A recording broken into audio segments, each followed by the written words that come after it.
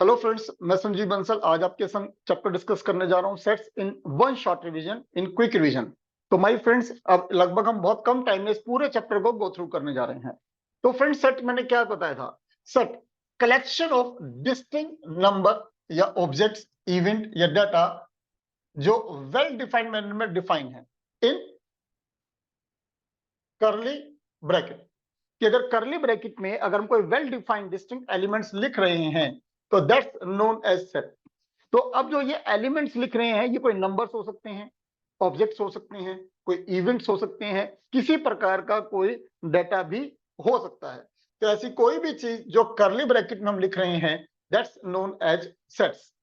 अब my friends, जैसे example of sets की मैं बात करूं तो मैंने बात करी set of a natural number. तो set of a natural number sir, तो नेचुरल नंबर वेल डिफाइंड है sir. Natural number 1 2 3 4 5 6 and so on. तो अगर इसे हम करली ब्रैकेट में दिखा देते हैं तो that's known as a set.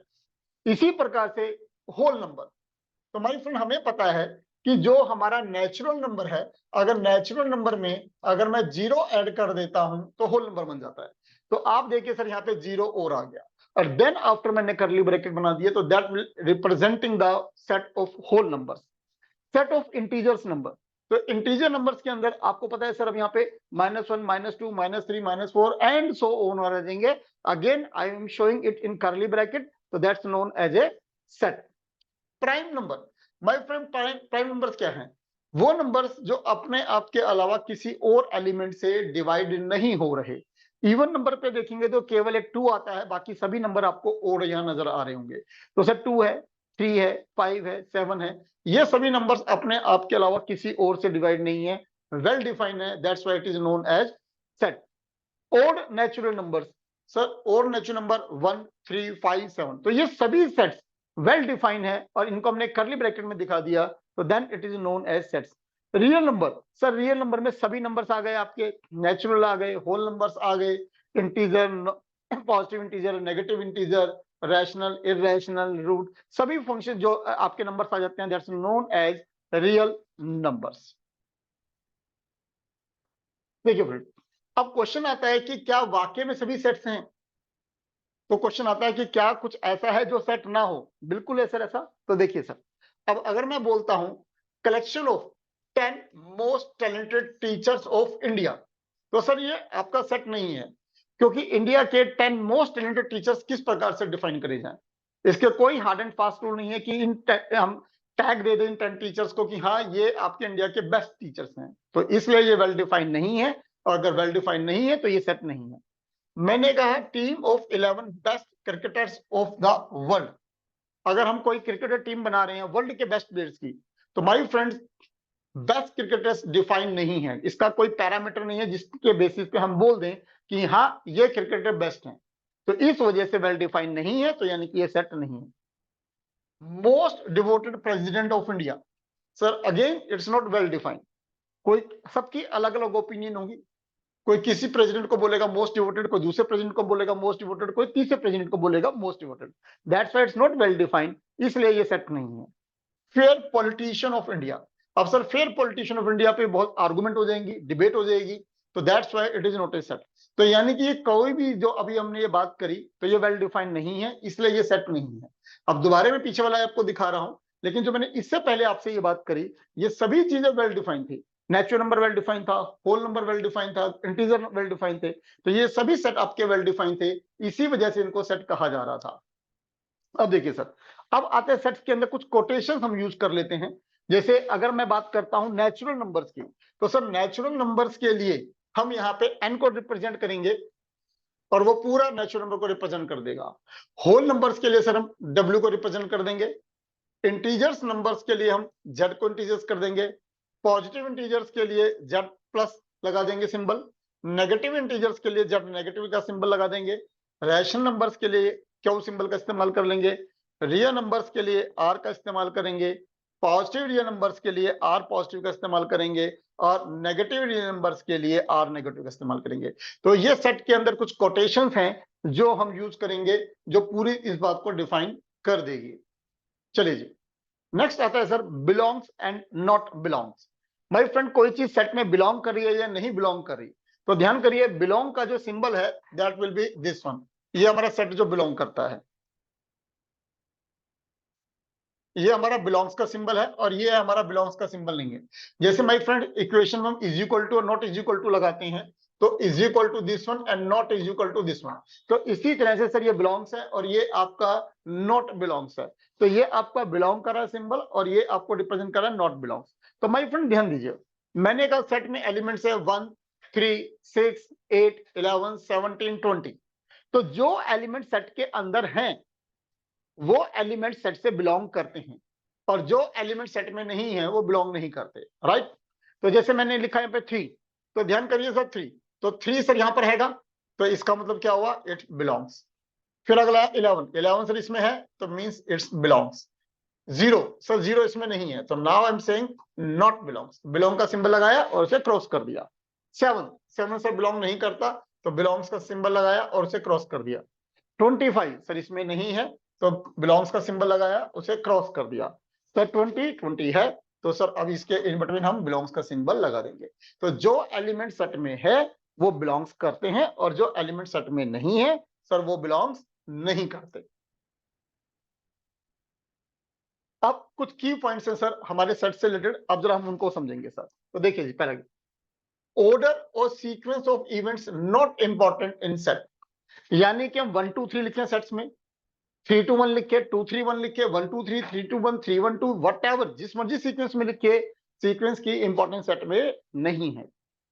Contain distinct element, हमारे जैसे मैंने पहले बताया सेट के अंदर जितने भी एलिमेंट्स हैं वो डिस्टिंक्ट होंगे, यानी कोई भी एलिमेंट यहां पर रिपीट नहीं होगा। जैसे मैंने कहा अगर हमें एक सेट बनाना है, X is a letter from the word contrast, ठीक।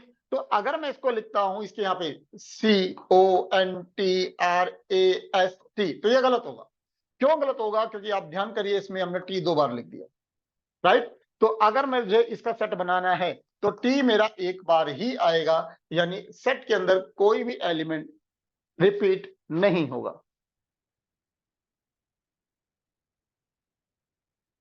Methods of presentation of sets, sir हमारे मेथड्स ऑफ प्रेजेंटेशन ऑफ जो सेट्स हैं वो बेसिकली हम 3 तरह से मेनली रिप्रेजेंट कर सकते हैं। One could be roster form, जिसे टेबुलर मेथड कहते हैं, then after set builder form, जिसे इक्वेशन मेथड कहते हैं, और ये लास्ट में आता है वेन डायग्राम मेथड। तो 3 प्रकार से हम सेट को मेनली रिप्रेजेंट कर सकते हैं। तो ध्यान करिए, ये आपकी रोस्टर फॉर्म हो गई और ये आपकी सेट बिल्डर फॉर्म हो गई, है वही बात, लेकिन प्रेजेंटेशन का आपका एक माध्यम है अलग तरीके से परफॉर्म करने का। तो देखिए फ्रेंड्स, जैसे मैंने कहा इवन नंबर, अब sir even number roster form में तो पता है सर 2 4 6 8 10 12 ये हमारे इवन नंबर्स हैं। अब क्वेश्चन आता है कि इसी चीज को हम इक्वेशन में किस प्रकार से लिख सकते हैं। तो ध्यान करिए सर, अगर मैं इसको देखूं तो सर ये क्या है एक्चुअल में, 2 into 1, 2 into 2, 2 into 3, 2 into 4, 2 into 5 and so on. Means 2 यहाँ पे कांस्टेंट है, 2 यहाँ पे सेम चल रहा है, चेंज क्या हो रहा है 1 2 3 4 5 इसमें से चेंज हो रहा है। तो इसका मतलब मैं इसको कैसे लिख सकता हूं, इसको मैं लिख सकता हूं sir x such that x is equals to 2 into n। अब ये n क्या चेंज हो रहा है सर, n चेंज हो रहा है 1 2 3 4, तो n यहाँ पे क्या हुआ, n हुआ natural number. Is that clear. तो ये हुआ सर फ्रेंड्स कि किस प्रकार से रोस्टर फॉर्म को हम सेट बिल्डर फॉर्म में लिख सकते हैं। तो मैंने कहा a representing x such that x is equals to 2n where n belongs to natural number। तो x क्या है, x है ये एक एक एलिमेंट है, यानी x पहले केस में x क्या है 2, दूसरे में x क्या है 4, फिर 6 क्या है x। तो x एक एक एलिमेंट को रिप्रेजेंट कर रहा है और वो रिप्रेजेंट कर रहा है 2 into n, और n क्या है यहाँ पे नेचुरल नंबर। अब इसी प्रकार से ओड नंबर की बात करें तो सर ये कितना है 1 3 5 7 9। तो जरा अगर हम ध्यान से देखें सर, तो इसके अंदर हमारी जो कहानी बन रही है वो क्या बन रही है, जरा देखते हैं सर एक मिनट के लिए।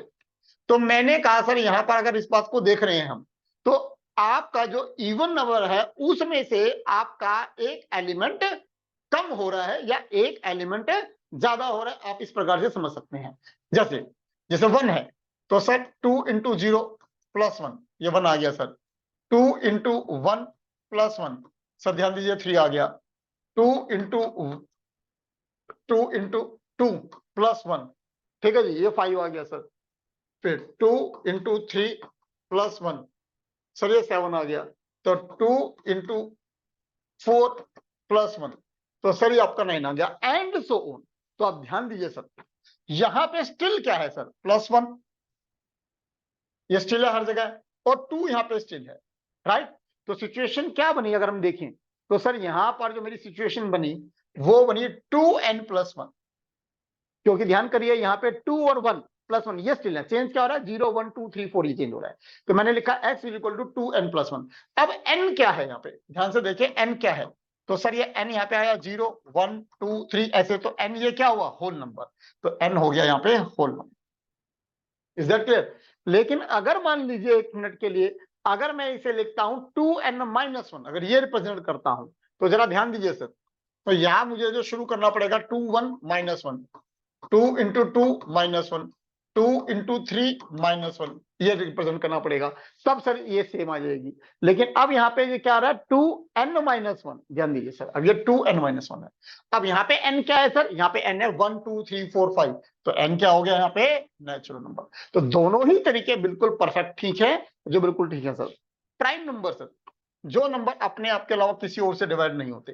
तो फ्रेंड्स अब जैसे हम इसमें दोनों वाले में इक्वेशन बना पा रहे थे, तो प्राइम नंबर में इस प्रकार से हम कोई इक्वेशन नहीं बना पा रहे, तो हम इसमें सिंपली लिख देंगे x such that x is a prime number, that's all, क्योंकि इसकी इक्वेशन नहीं बन पा रही।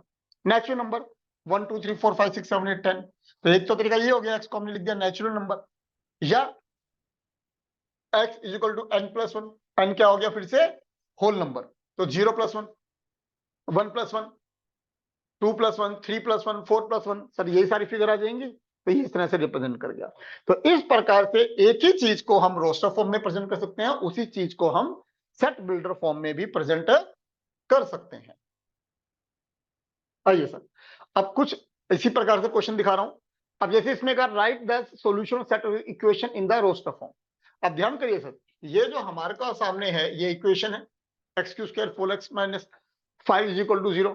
सर तब से हम इस क्वेश्चन को सोल्व करना हमें आता है, इसके रूट्स निकालने आते हैं, रूट्स निकल कर आ गया 1 और -5।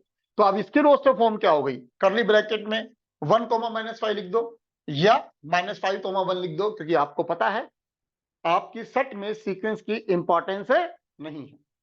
अगला क्वेश्चन देखिए sir, ax is a positive integer जिसका स्क्वायर 50 से कम है। अब पॉजिटिव इंटीजर्स क्या है सर हमारे, positive integer sir 1 2 3 and so on, लेकिन कंडीशन क्या लगा दी कि भैया उसका स्क्वायर 50 से कम होना चाहिए। तो इसका मतलब क्या होगा सर, लास्ट नंबर हमारा क्या होगा, 7 होगा, क्योंकि 7 स्क्वायर 49 होता है। अगर मैंने 8 ले लिया तो 8 का स्क्वायर हो जाता है 64, तो वो नहीं आएगा। तो रिजल्ट ये हुआ सर, यहाँ पे आपको 1 से लेकर 7 तक देखने को मिल रहे हैं। तो ये मैंने आपको बताया कि किस प्रकार से हम सेट बिल्डर को रोस्टर फॉर्म में कन्वर्ट कर सकते हैं। अगला आता है सर, किस प्रकार से रोस्टर को आप सेट बिल्डर में कन्वर्ट करा जा सकता है। तो सर इसमें क्या होगा, इसमें हमें अपना आईक्यू लेवल लगाना पड़ेगा और हमें इसमें पहचानना पड़ेगा सर पैटर्न, कि पैटर्न क्या बन रहा है, ये हमें दिमाग लगाना पड़ेगा। जैसे मान लीजिए अभी यहाँ पर मैंने कहा 1 4 9 16 25 है, तो सर जरा दिमाग लगाएं तो पैटर्न क्या बन रहा है, 1 का स्क्वायर 2 का स्क्वायर 3 का स्क्वायर 4 का स्क्वायर 5 का स्क्वायर। ध्यान से देखिए सर, यानी कि चेंज यहाँ पे क्या हो रहा है, जो बेस है वो चेंज हो रहा है, लेकिन जो पावर है सर वो फिक्स है। फिक्स है क्या है, 2, और चेंज हो रहा है। और चेंज क्या हो रहा है, आप चेंज में देखिए चेंज क्या है, चेंज है सर 1 2 3 4 5। सर ध्यान से देखिए ये चेंज क्या है, that's a natural number, natural number हो गया ना सर। तो इसका मतलब क्या हो गया, n का स्क्वायर। तो ये that's mean x x n का स्क्वायर, n क्या है यहाँ पे, नेचुरल नंबर। तो ये हो गया सर आपका रोस्टर से सेट बिल्डर में कन्वर्शन। अब इसी प्रकार से सर अगला क्वेश्चन दिया, लास्ट में दे दिया सर 225। तो अब आपको पता है सर नाउ इट्स 15 का स्क्वायर। तो अब यहाँ पे हम यही सब लिख रहे हैं, x x n का square where n belongs to natural number. लेकिन अब इसमें एक इन बिटवीन एक बात और ऐड हो जाएगी कि भैया n जो है वो 1 से लेके 15 तक है। तो इस प्रकार से हम रोस्टर फॉर्म को सेट बिल्डर फॉर्म में कन्वर्ट कर सकते हैं। चलिए जी, अब आता है टाइप्स या क्लासिफिकेशन ऑफ सेट। तो सर हम सेट को किस किस तरह से क्लासिफाई कर सकते हैं, अब जरा ये ध्यान दीजिए सर। तो हमें दिखेगा सर, हम यहाँ पढ़ेंगे अभी empty set, void set, null set, finite set, equal set, subset, proper set. तो ये कुछ अलग अलग प्रकार के सेट्स हैं जो अभी हम यहाँ पे एक एक करके डिस्कस करने जा रहे हैं। तो सबसे पहले आता है फ्रेंड्स आपका empty set. Empty set, null set, void set एक ही बात है। तो ध्यान करिए ये एक वो सेट है जिस सेट के अंदर अगर हम कुछ लिखना चाह रहे हैं तो हमारे पास लिखने के लिए कुछ भी अवेलेबल नहीं है। Set is known as empty set, इसके अंदर कोई एलिमेंट नहीं है। मींस अगर हमने एक करली ब्रैकेट तो बना दिया, लेकिन अगर हम इसके अंदर करली ब्रैकेट में कुछ लिखना चाह रहे हैं तो लिखने के लिए कुछ भी अवेलेबल नहीं हो रहा, तो हम करली ब्रैकेट खाली बना दें या हम फाइव लिख दें, एक ही बात है। ये जो फाइव है sir, that is PHI, five. तो फाइव या करली ब्रैकेट लिखें, एक ही बात है। तो देखिए जी, अब जैसे समझा रहा हूं आपको, x 3 से बड़ा और 4 से छोटा, लेकिन उसने कहा नेचुरल नंबर। अब भाई 3 और 4 के बीच इन बिटवीन तो कोई नेचुरल नंबर आता नहीं है, क्योंकि अगर 3.2 है तो वो नेचुरल नंबर नहीं है। तो इसका मतलब सर क्या हुआ, यानी ये जो सेट ए है, ये ए सेट हो गया हमारा 5। अब उसने कहा x² - 3, अगर x² - 3 इक्वल टू 0 है, तो अगर मैं इसको सॉल्व करता हूं तो x² इक्वल टू 3, तो यानी x इक्वल टू +-√3, ये आंसर निकलता है। लेकिन इसमें कंडीशन क्या लगा दी कि भाई x रैशनल नंबर है, तो अब हमें पता है √3 रैशनल नंबर नहीं है, इस वजह से जो b हो गया वो भी 5 हो गया। अगला, an even prime number, very good sir, बिल्कुल है। तो हमें पता है सर जो 2 है वो इवन नंबर भी है और प्राइम नंबर भी है, ठीक। अब सर क्या दिया इसमें, >2, यानी >2 में तो 2 नहीं आता, इसका मतलब ये 2 हो नहीं सकता। तो अगेन सी जो हो गया, ये भी आपका एम्प्टी सेट हो गया सर। x² इक्वल टू 16, अब हमें कहा सर x³ इक्वल टू 16, तो यानी x इक्वल टू +-4, ठीक है जी। अब उसने कहा यहाँ पे x² equal to 16, x is odd. अब सर ये जो आपका 4 है +-4, वो ओड नंबर नहीं होता, इस वजह से ये भी क्या हो गया हमारा एम्प्टी सेट। तो ये मैंने कुछ एग्जांपल्स आपके सामने रखे जो रिप्रेजेंट कर रहे हैं हमारे एम्प्टी सेट्स को। चलिए जी, फाइनाइट और infinite set. My friends, finite set का मतलब है एक ऐसा सेट जिसके अंदर जो नंबर ऑफ एलिमेंट्स हैं वो नंबर ऑफ एलिमेंट्स हम काउंट कर सकते हैं, तो उसे बोलते हैं हम फाइनाइट सेट। जबकि जो इनफाइनाइट सेट्स है, इनफाइनाइट सेट का मतलब एक ऐसा सेट जिसमें हम नंबर ऑफ एलिमेंट्स काउंट नहीं कर सकते, उसे बोलते हैं इनफाइनाइट सेट, ठीक। जैसे अगर मैंने आपसे बात करी कि set of the month of the year, अब हमें पता है सर जो एक साल में जो मंथ होते हैं जनवरी फरवरी मार्च ऐसे दिसंबर तक होते हैं, यानी 12 होते हैं, तो वी कैन काउंट 12 मंथ्स, तो means it is a finite, तो ये फाइनाइट हो गया सर। अब उसने कहा please set the solution of the equation.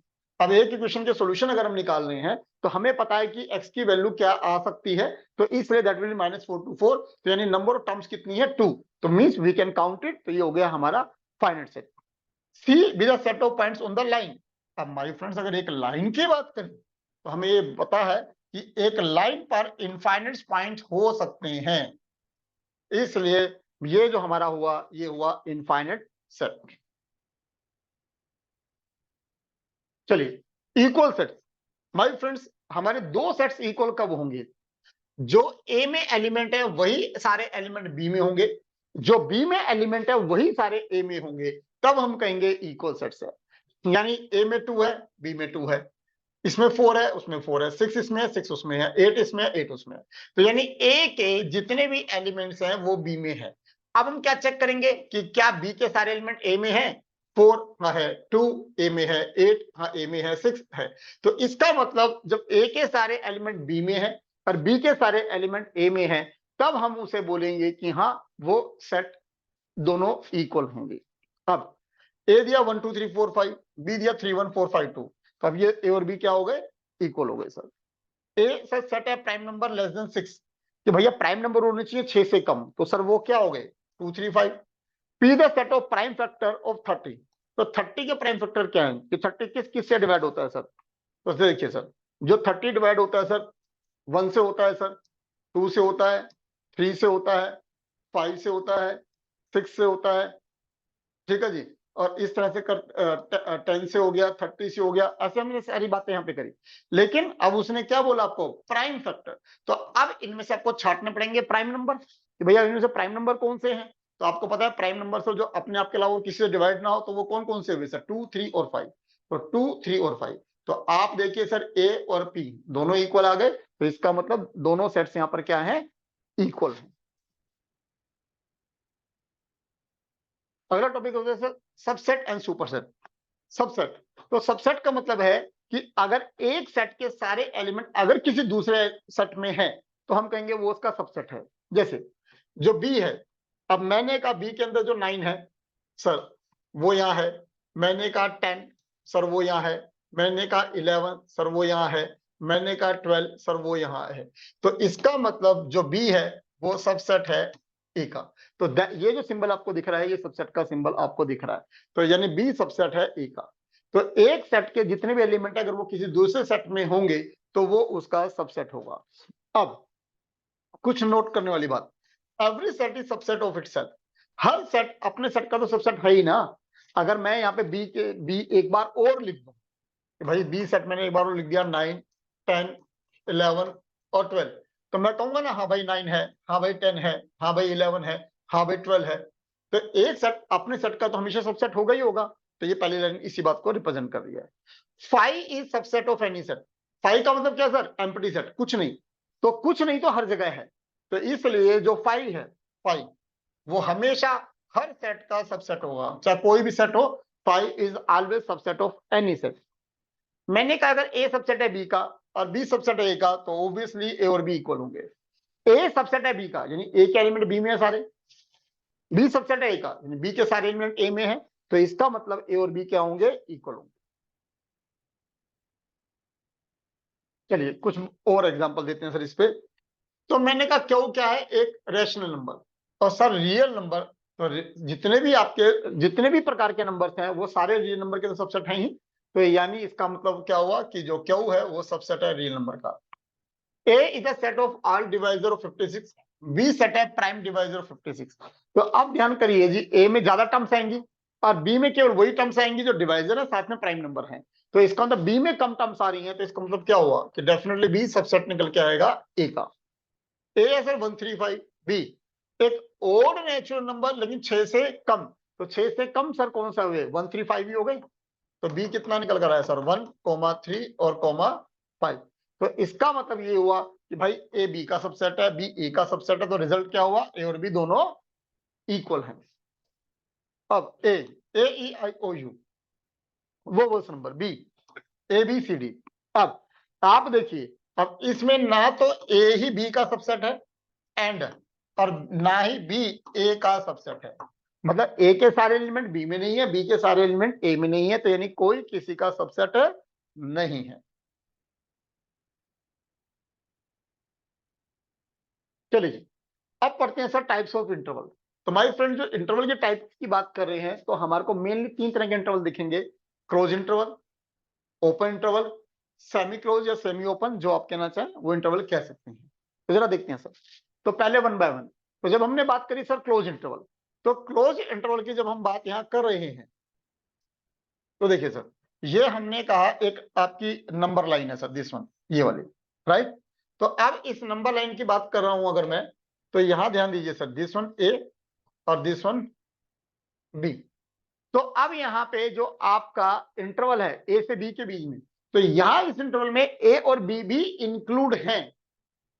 यहाँ पे ए और बी भी इंक्लूड हैं। तो जब आपके एलिमेंट ए और बी भी इंक्लूड हैं, यानी ये ए हो गया और ये बी भी हो गया, तो एक्स, तो आप देख रहे हो ए और बी के इन बिटवीन भी है और ए और बी भी इंक्लूड है, तो इसे बोलते हैं हम क्लोज इंटरवल। तो ये हमारी हो गई सेट बिल्डर फॉर्म, राइट। अगर इसको रोस्टर फॉर्म में लिखना है तो आप ध्यान करिए, नाउ फर्स्ट टाइम आप देख रहे हो कि ब्रैकेट चेंज हो गए। तो आपको जो करली ब्रैकेट नजर आता था नाउ वो अब आपको स्क्वायर ब्रैकेट नजर आ रही है। अगर मैं अगले उसकी बात करता हूं सर, ओपन इंटरवल। तो जब हम ओपन इंटरवल की बात करेंगे तो ध्यान दीजिए सर, यहां पर ये जो आपका जो लाइन है, ठीक, तो अब इस लाइन के अंदर अब हम नोटिस करेंगे this one and this one.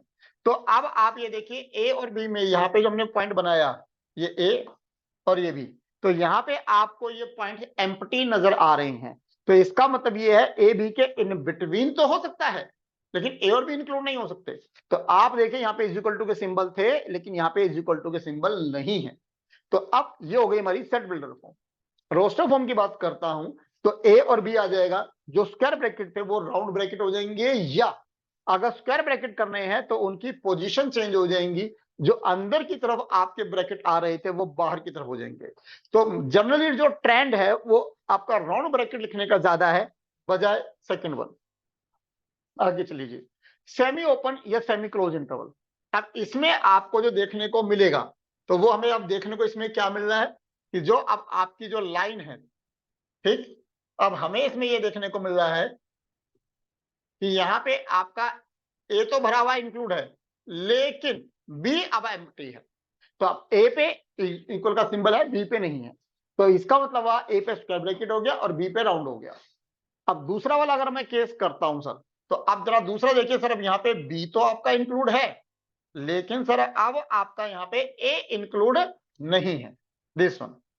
तो फ्रेंड्स रिजल्ट ये हुआ यहाँ पर कि अब यहाँ पे बी पे इक्वल का सिंबल है, लेकिन ए पे इक्वल का सिंबल नहीं है। चलिए पावर सेट सर, वैसे इस बार आपके कोर्स में नहीं है, लेकिन अगर आप कल को सीयूटी वगैरह कुछ और कॉम्पिटेटिव एग्जाम में बैठते हैं तो वहां पर ये है, इसलिए मैं ब्रीफ में आपको ये पावर सेट की कहानी समझा रहा हूं। पावर सेट का मतलब माय फ्रेंड्स क्या है? पावर सेट की कहानी आ जाती है कि एक ऐसा सेट जो किसी दूसरे सेट के सभी सेट्स को रिप्रेजेंट करता है, उसे बोलते हैं पावर सेट। जैसे समझाने के लिए मैंने कहा, अगर इफ ए आपका जो कर्ली ब्रैकेट में 1 है, तो अब पावर सेट ऑफ ए क्या होगा? तो ध्यान दीजिए, तो मैंने एक लिखा 1, क्योंकि हर सेट अपने सेट का तो सबसेट है ही। दूसरा मैंने बताया आपको 5, राइट? तो इसके जो दो सबसेट हो गए वो ये हो गए कि 1 कर्ली ब्रैकेट में सबसेट है और 5 का सबसेट है।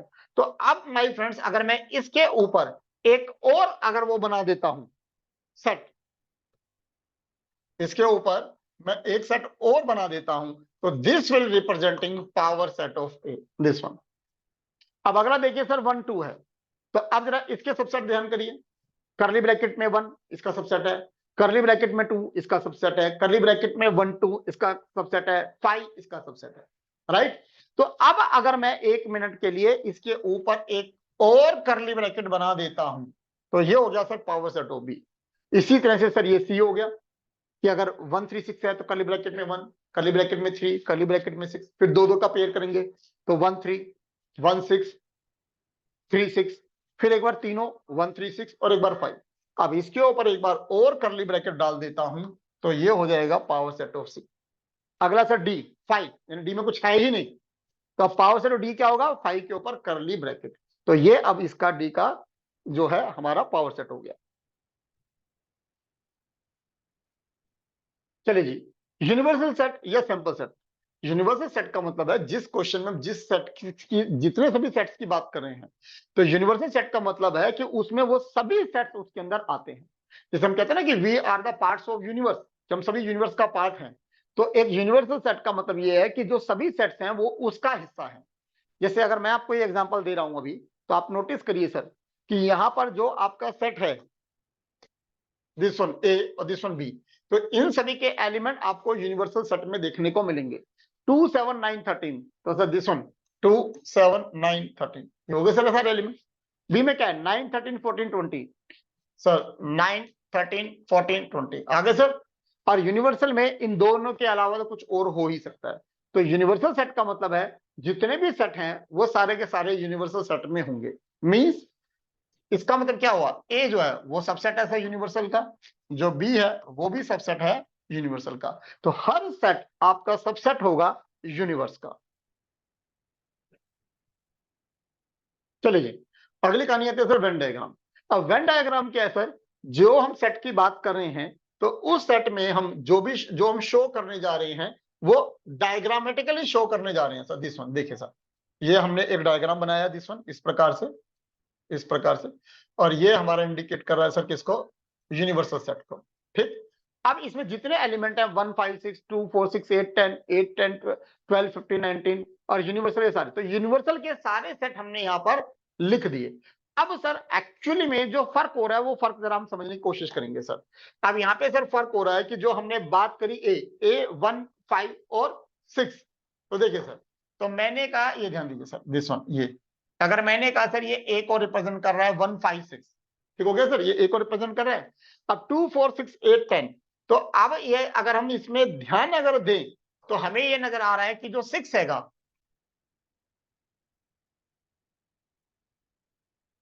जो 6 है वो ए में भी है और बी में भी है। तो यानी ए के घेरे में, ए के सर्कल में भी 6 आ रहा है और बी के सेट के अंदर भी आपका 6 आ रहा है। इसी प्रकार से, क्योंकि देखिए यहाँ पे आपका ये 6 है और यहाँ पर भी ये 6 हैगा। बात समझ आ गई? कि दोनों जगह यहाँ पर 6 रहेगा। इसी प्रकार से अगर हम बात करते हैं अगले उसकी, तो देखिए सर यहाँ पे 8 है और यहाँ पर 8 है, तो ध्यान करिए जो 8 एलिमेंट है वो आपका सेट बी में भी आ रहा है और वो आपका सेट सी में भी आ रहा है। अब ये कुछ एलिमेंट ऐसे बच गए आपके, जैसे आपको 7, 14, 20 जो ना सेट ए में है, बी में है, सी में है, लेकिन यूनिवर्सल सेट में है। तो हम ये देखेंगे जितने भी सेट हैं वो सभी के सभी यूनिवर्सल सेट का हिस्सा है। इसी वजह से कहा जा रहा है कि ई सेट, यानी ए हो चाहे बी हो चाहे सी हो, सभी सबसेट हैं आपके यूनिवर्सल सेट के सबसेट।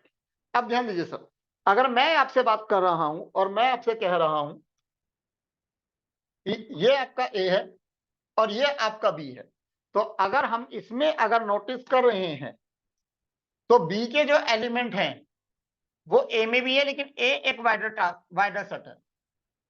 जो ए है वो एक वाइडर सेट है, तो इसका मतलब क्या हुआ, ए सबसेट है यूनिवर्स का, बी सबसेट है यूनिवर्स का, लेकिन बी ए का भी सबसेट है। तो इसका मतलब ये हुआ कि अगर ए आपका बी का सुपर सेट है तो इसका मतलब बी सबसेट हुआ ए का। ऑपरेशन ऑन सेट्स, अब हम कुछ सेट्स के अंदर कुछ ऑपरेशन सीखेंगे सर। तो वो ऑपरेशंस में क्या क्या आएंगे, देखिए sir, union of sets, intersection of sets, disjoint set जिसे म्यूचुअल एक्सक्लूसिव सेट्स भी कहते हैं, जिसे इनकम्पैटिबल सेट्स भी कहते हैं, difference of sets, complement of set, ये एक एक करके हम ऑपरेशन पढ़ेंगे सर। चलिए जी, तो सबसे पहले पढ़ते हैं यूनियन ऑफ सेट। यूनियन का मतलब क्या है सर, यूनाइट करना, इकट्ठा करना। तो फ्रेंड्स अगर मान लीजिए मैंने आपको कहा ये सर्कल आपको दिख रहा है ए का और ये सेट दिख रहा है आपको बी का, तो अगर इसको यूनाइट करते हैं तो ए और बी दोनों के एलिमेंट हमारे सामने आ जाएंगे। तो जैसे मैंने कहा यहाँ पे कि अब आपका ए में है 1578 और बी में है 25678, ठीक। तो मैंने कहा कि जब हम ए, ये हमारा यूनियन का सिंबल है, ए यूनियन बी, तो इसमें मैंने कहा ए और बी दोनों के वो आ जाएंगे सेट्स, ए 1578, बी के एलिमेंट्स क्या है 2, 5, 6, 7, 8। लेकिन अगर मैं ऐसे लिखता हूं तो इसमें एक दिक्कत है। दिक्कत क्या है, मेरी आपसे पहले बात हुई है कि सेट में कोई भी एलिमेंट रिपीट नहीं होता। तो अब जरा ध्यान दीजिए सर, इसमें कोई ऐसा एलिमेंट है कि जो हम कहें जी हाँ जी 2 बार आ गया, तो अगर इसमें कोई ऐसा एलिमेंट है जो 2 बार आ गया तो उसे हमें हटाना पड़ेगा। 1 है 1 बार है, 5 है 2 बार है, तो इसलिए 1 बार हटाना पड़ेगा। 7 2 बार है तो इसलिए 1 बार हटाना पड़ेगा। 8 2 बार है इसलिए इसको हटाना पड़ेगा। तो फाइनल फिगर क्या आई, 1 5 7 8 2 6, ये फिगर आई सर। तो this will be, you can say A union B. तो इसका मतलब ये हुआ ए के भी सारे एलिमेंट आएंगे, बी के भी सारे एलिमेंट आएंगे, लेकिन कोई एलिमेंट रिपीट नहीं होगा। चलिए, अब यहां मैंने दिखाया सर ए सबसेट है बी का, ये मेरी बात पहले भी हुई आपसे। तो अगर इस केस में मैं ए और बी को यूनाइट करता हूं, इकट्ठा करता हूं, तो उस केस में केवल बी ही आएगा, क्योंकि बी में ए ऑलरेडी इंक्लूडेड है। Properties of union sir, commutative law. Commutative law किसे बोलते हैं, अगर हम जिनके बारे में लॉ लगा रहे हैं जिन सेट्स के बीच में, अगर उनकी पोजीशन को इंटरचेंज करें और फिर भी उसकी वैलिडिटी बनी रहती है तो उसे बोलते हैं कम्यूटेटिव लॉ। तो ए यूनियन बी, अगर इंटरचेंज कर रहा हूं तो बी यूनियन हो गया। तो अगर ए और बी को इकट्ठा करो या बी और ए को इकट्ठा करो, बात एक ही है, तो इसका मतलब कम्यूटेटिव लॉ लगेगा। एसोसिएटिव लॉ 3 में, यानी ए यूनियन बी यूनियन सी।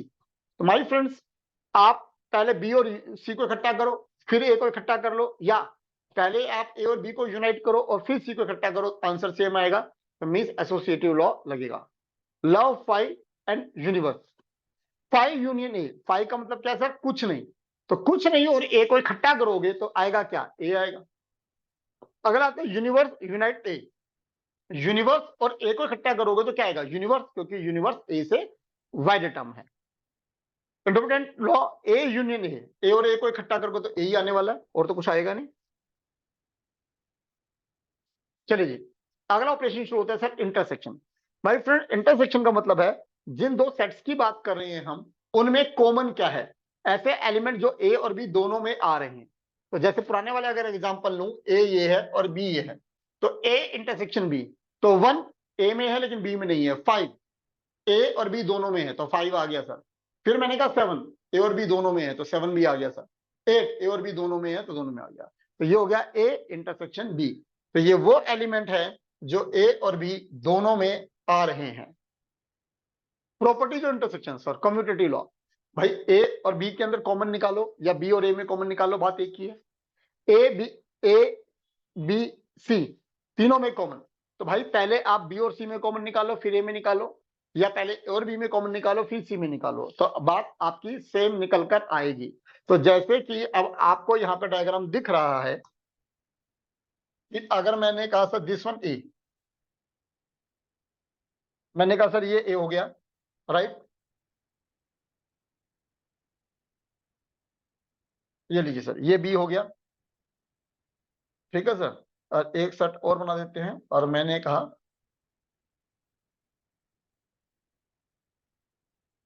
ये आपका सी हो गया। तो अब इन तीन सेट में देखें कि कौन सा पार्ट, कौन सा एरिया ऐसा है जो हमारा तीनों में आ रहा है, तो वो देखेंगे सर दिस वन, ये वाला एरिया है जो तीनों में इकट्ठा आ रहा है।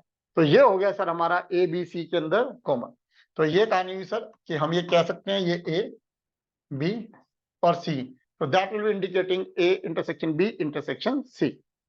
Law of phi and universe, phi intersection A, phi का मतलब क्या है, कुछ नहीं, तो कुछ नहीं और ए में कॉमन क्या आएगा भाई, कुछ नहीं, तो कुछ नहीं तो में तो कुछ है ही नहीं, इसका मतलब कुछ नहीं और ए में कॉमन क्या हुआ, कुछ नहीं। यूनिवर्स इंटरसेक्शन ए, कि पूरे यूनिवर्स में और ए में कॉमन क्या है, तो ए छोटा है, तो यूनिवर्स और ए में कॉमन क्या होगा, of course A he common होगा। अब अगला ए इंटरसेक्शन ए, सर ए और ए में कॉमन क्या है, ऑफ कोर्स ए। अब ये हो गया सर डिस्ट्रीब्यूटिव लॉ, ये आप इसको प्लस और क्या कहते हैं माइनस की तरह, ब्रैकेट की वाली ब्रॉडमास के रूल की तरह भी इस बात को आप समझ सकते हैं। तो जैसे ध्यान दीजिए सर, अब यहाँ पे सर बोला A intersection B union C, तो पहले आपने ए को बी से अगर मान लीजिए मल्टीप्लाई करा, तो क्या हुआ ए इंटरसेक्शन बी, ये यूनिवर्स आपका बीच में आ गया सर। फिर ए इंटरसेक्शन आपने सी से मल्टीप्लाई करा, ए इंटरसेक्शन सी, आप ऐसे समझ सकते हैं। तो सर अगर आप इसको देखेंगे कि बी यूनियन सी, तो ध्यान करिए कि बी यूनियन सी की मैं बात करता हूं, तो बी यूनियन सी क्या है, तो ध्यान दीजिए सर, ये पूरा बी और ये सी, ये वाला चलो, ये आपको बी और सी का जो इकट्ठा है वो देख रहे हो आप। अब इसने कहा ए, ए सर आपका क्या है, दिस वन ए, ये ए है, ये इतना हिस्सा ए है, राइट। अब इसमें आपको बी सी में और ए में क्या चाहिए, कॉमन। तो आप देखिए सर कहां पे आपको येलो ब्लू दोनों आपको नजर आ रही हैं, तो हम देखेंगे सर कि दोनों जो हमें नजर आ रही है वो ये वाला एरिया जहां पे हमें दोनों नजर आ रही है। तो इस प्रकार से चाहे आप इस लेफ्ट से समझे से चाहे राइट से समझे, दोनों से क्राइटेरिया आपका सेम निकलेगा। अगला सर इस तरह से दूसरा अगर हम करना चाहते हैं कि अगर हमने कहा A union B intersection C, तो ए यूनियन को बी से करा तो A union B, A union को सी से करा ए यूनियन सी, इंटरसेक्शन जो है आपका बीच में आ गया। तो that is distributive law. Sir कोई डाउट नहीं है सर, इट्स मोस्ट इंपॉर्टेंट, आपको अच्छी तरह से आना चाहिए। ठीक, तो ये आपको ए यूनियन बी वगैरह वाला दिखाया। तो बी और सी में कॉमन, तो पहले हमने कहा सर बी और सी में कॉमन क्या है, तो हमने देखा सर जो पहले बी और सी में जो कॉमन है हमारा,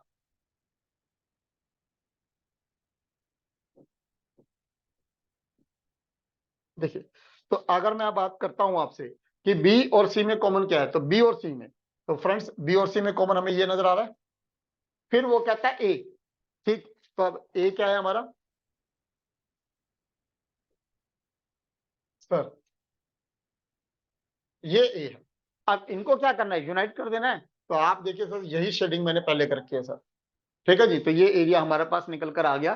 तो चाहे लेफ्ट से निकालेंगे तो भी ये आएगा, राइट से निकालेंगे तो भी हमारी कहानी सेम आएगी।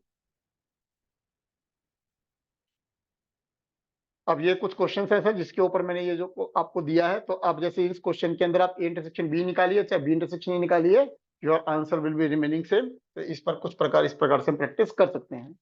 नेक्स्ट आता है sir disjoint set, mutual exclusive set, incompatible set. तो डिसजॉइंट यानी डिसजॉइंट यानी जिनके बीच में कोई ज्वाइनिंग नहीं है, डिसजॉइंट यानी ये आपको कहीं पर भी ज्वाइन करते हुए आपस में देखने को नहीं मिल रहे। तो ये आपका यूनिवर्सल सेट है, ये आपका सेट ए है और ये बी है, कुछ कॉमन देखने को नहीं मिल रहा। तो फ्रेंड्स आप देख सकते हैं ए यहाँ पे आपको हमें जो नजर आ रहा है दैट विल बी 5 6 7 13, और ये आपका 14 19 21। तो आप ये देखोगे ए और बी में कॉमन की बात करूंगा तो दैट विल बी 5, तो यानी ए और बी में कोई भी कॉमन नहीं है। इसका मतलब जो एक्स में ए से बिलोंग करता है वो बी से बिलोंग नहीं करता, अगर वाई बी से बिलोंग करता है तो वो ए से बिलोंग नहीं करता। तो that's known as disjoint set. चलिए जी, अब वो पूछ रहे जी बताइए जी इनमें से कौन सा सेट डिसजॉइंट है। तो देखिए सर, जो पहला सेट है हमारा वो तो सोल्ड फॉर्म में है ही हमारे पास। अब इसको निकाल लेते हैं सर, सेट बिल्डर को। एक्स नेचुरल नंबर है और 5 से लेके 8 तक, तो कितना हो गया सर, 5 6 7 8। अब इक्वल है तो 5 और 8 भी लोगे ही ना सर। तो अब देखिए सर, तो उसने पूछा कौन सा, तो 5 इसमें भी है और 5 इसमें भी है, तो इसका मतलब ये डिसजॉइंट नहीं है, क्योंकि दोनों में 5 कॉमन आ रहा है। AEIOUCDE, सर ई यहाँ पे भी है और ई यहाँ पे भी है, तो यानी ये डिसजॉइंट सेट नहीं है। X even integer, X odd, तो जो इवन होता है वो ओड नहीं होता, जो ओड होता है वो इवन नहीं होता। इसका मतलब आपका सी जो निकल कर आया, केवल ये आपका निकल कर आया डिसजॉइंट सेट। आता difference of set, difference of set. तो ध्यान दीजिए सर, अगर हम इसकी बात कर रहे हैं तो अगर हमें यहाँ नजर आ रहा है कि दिस वन, ये हमें नजर आ रहा है ए, ये हमारा ए सेट हो गया और ये हमारा बी हो गया, राइट। तो ये जो आपको दिख रहा है ए माइनस बी, तो ये इसका मतलब हुआ इसमें ए तो है लेकिन बी नहीं है, तो इस पूरे ए में से जहां पे बी है वो पोर्शन हमने हटा दिया, तो हम कह सकते हैं डिफरेंस ऑफ सेट। अब यहाँ पे आपको जो दिख रहा है बी माइनस ए, तो इसमें बी तो है लेकिन ए नहीं है, तो that is known age difference set. तो इसको हम लिख सकते हैं ए माइनस बी, इसको लिख सकते हैं बी माइनस ए, और डिफरेंस जो हम निकालते हैं अब वो बात करता हूँ सर आपसे। देखिए, अब मैंने कहा सर यहाँ पे आपको एक ए दे दिया और एक बी दे दिया, अब हमने कहा ए माइनस बी, तो ये लीजिए सर, ए लिख दिया मैंने और यहाँ लिख दिया मैंने बी। तो देखिए सर, 2 इसमें भी है इसमें भी है, कैंसिल हो गया, 4 कैंसिल हो गया, 6 कैंसिल हो गया, बस और कुछ नहीं बचा। तो यानी ए माइनस बी, तो क्या बचा, 1 और 5 और 7, 3 भी बचा है, सॉरी 1 3 5 7, 1 3 5 7, ठीक हो गया सर।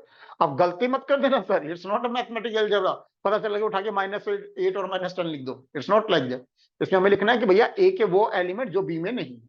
अगर मैं बी माइनस ए करता हूं तो बी पहले आ जाएगा, ए बाद में आ जाएगा, ठीक। तो अब जल्दी दीजिए सर, 2 कैंसल, 4 कैंसल, 6 कैंसल, ठीक है जी। तो क्या बचा, 2 8 10, नहीं सॉरी 8 और 10, 8 और 10 बचा, 8 और 10 आ गया, राइट।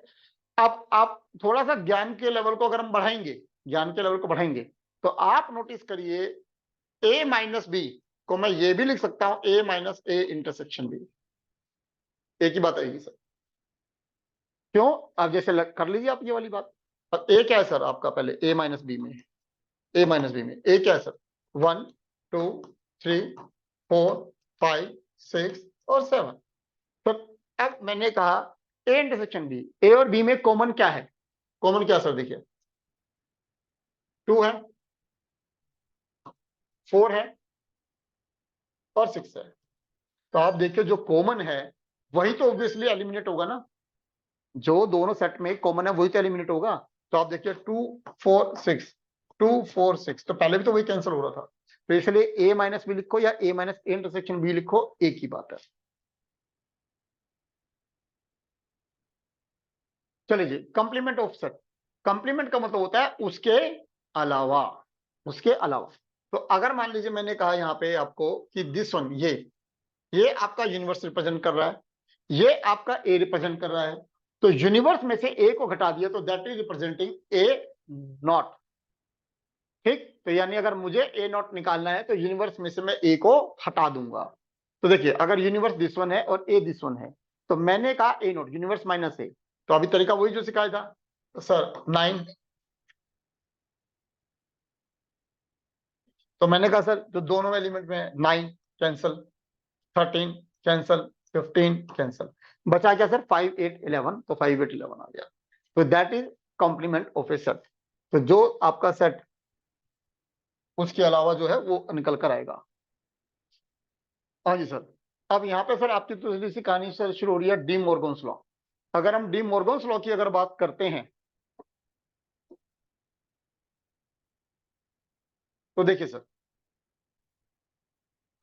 तो मैंने कहा कंप्लीमेंट में ए यूनियन ए नोट क्या होगा, ए और ए नोट को इकट्ठा करूंगा तो यूनिवर्स आ जाएगा, और ए नोट को कंबाइन करूंगा तो क्या आ जाएगा, 5 आएगा। Sir D Morgan's law is the most important sir, और ये आपके 11th वगैरह में भी बहुत आ रहा होता है और ये आपके कॉम्पिटेटिव एग्जाम में भी बहुत आता है। ए यूनियन बी का होल नोट, तो जैसे आपको डायग्राम ये नजर आ रहा है सर, ये पूरा यूनिवर्स को रिप्रेजेंट कर रहा है, ये जो व्हाइट एरिया नजर आ रहा है आपको, ये ए यूनियन बी रिप्रेजेंट कर रहा है आपको, नॉट। तो ये जो आपको दूसरा कलर जो पर्पल नजर आ रहा है, that will be indicating A union B का होल नोट। तो इसका मतलब that will indicating A not intersection B not. तो ये आपका डी मॉर्गन्स लॉ है and it's most most most important.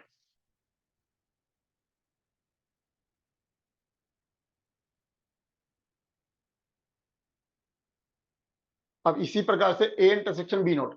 अब आप ध्यान करिए सर, ये जो वाला व्हाइट पोर्शन है भाई, ये इंटरसेक्शन भी रिप्रेजेंट कर रहा है। इसका नोट अब जो बाकी ब्लू एरिया है वो आपको रिप्रेजेंट कर रहा है, तो that will indicating you A not union B note.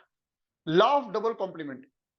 अब मैंने कहा ए नोट और फिर उसका नोट निकाल दिया, तो मैंने कहा ए नहीं और फिर उस नहीं का नहीं, इसका मतलब ए वापस आ गया, यानी ए नोट का नोट ए होगा।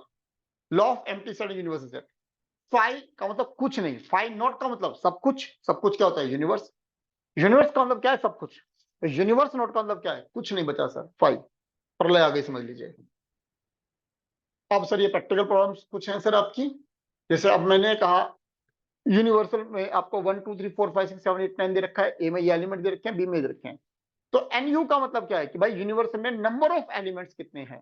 तो अगर हमने कहा नंबर ऑफ एलिमेंट कितने हैं, तो हमने कहा चलो जी गिनना शुरू करते हैं सर। तो 1 2 3 4 5 6 7 8 9, तो हमने लिखा नंबर एलिमेंट्स 9 है। ए में कितने एलिमेंट्स है सर? 1 2 3 4, भैया 4 एलिमेंट है। 1 2 3 4 5, तो हमने कहा 5 एलिमेंट्स है। तो इस प्रकार से नंबर ऑफ एलिमेंट्स जो हैं वो हमें यहां देखने को मिल रहे हैं। चलिए जी, अब यूनियन ऑफ सेट। अगर इसी तरह से अगर प्रैक्टिकल प्रॉब्लम्स में नंबर ऑफ यूनियन की बात करनी है, तो एन ए यूनियन बी। तो हमने कहा ए और बी को इकट्ठा कर रहे हैं, तो उसमें नंबर ऑफ एलिमेंट्स कितने हैं? तो ध्यान दीजिए, हमने कहा number of elements in A, okay fine. हमने कहा number of elements in B, fine. अब इसमें सर हमारे संग दिक्कत क्या हो रही है कि जब हमने कहा ए में कितने एलिमेंट्स हैं तो भी एरिया आ गया, हमने कहा बी में कितने एलिमेंट्स हैं तो भी आ गया, लेकिन आना तो ये एक बार चाहिए। तो इसलिए नंबर ऑफ एलिमेंट्स एक बार, नंबर ऑफ एलिमेंट्स बी दो बार, लेकिन अब जो ए और बी का जो कॉमन है वो दो बार आ गया, इसलिए एक बार हमें इसे माइनस करना पड़ेगा। इसी प्रकार से अगर तीन सेट्स की बात करता हूं ए बी सी, और इनका अगर मैं यूनाइट करता हूं तो करना कैसे पड़ेगा? Number element in A, number element B, number element in C. तो अगर मैं ऐसा करता हूं तो आप देखिए जो आपका इन बिटवीन वाला है वो तीन बार आ गया, पर ए और बी और बी और सी और ये भी रिपीट हो गया। तो इसलिए ए और बी के एलिमेंट आए, बी और सी के एलिमेंट आए और सी और ए के एलिमेंट आए। लेकिन जब मैंने ये हटाया तो जो सेंटर वाला जो आपका आया था, अब वो तीनों बार हट गया, क्योंकि वो तीनों बार पहले आया था। अब एक बार यहां माइनस करा, एक बार यहां माइनस करा, एक बार यहां माइनस करा, तो वो बचा ही नहीं। इस वजह से मुझे एक बार प्लस करना पड़ेगा N A intersection B intersection C. तो ये हमारी प्रैक्टिकल प्रॉब्लम हुई सर नंबर ऑफ एलिमेंट्स की। डिफरेंस ऑफ सेट, अगर नंबर वाइज अगर डिफरेंस सेट्स निकालने हैं तो बस सेम वही कहानी रहेगी, बस नंबर ऑफ एलिमेंट ए में से आप number of element A intersection B के घटा दोगे तो हमारे पास number of elements A minus B निकल कर आ जाएगा, और इसी प्रकार से ये बी माइनस ए में निकल कर आ जाएगा। तो फ्रेंड्स, ये बहुत शॉर्ट में बड़ी क्विक रिवीजन हमने आज करी सेट्स की। मुझे पूरी आशा है कि आपको इससे बहुत फायदा होगा। अगर आपको इसको फायदा लगता है तो kindly subscribe skyline tutorial. Thanks.